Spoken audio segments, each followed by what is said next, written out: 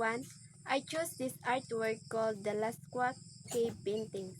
It was found in France and was made during the Paleolithic period, around 28,000 and 10,000 BCE. The artists are unknown because it was created by prehistoric humans.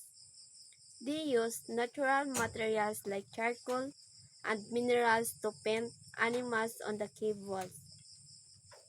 The painting shows different animals such as horses, bulls, and deer.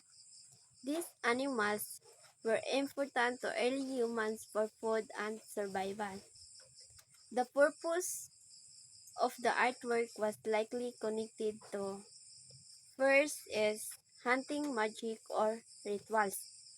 Early humans believed drawing animals would give them power and successful hunt.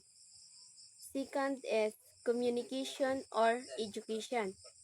The paintings may have been used to teach young hunters about animals and technique.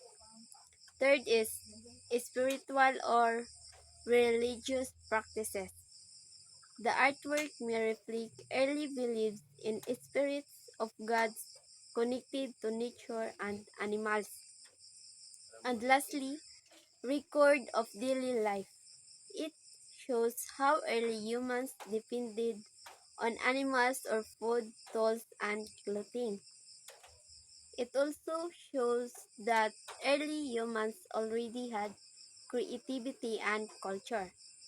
This artwork is important because it helps us understand how early humans lived, what they believed in, and how they communicated.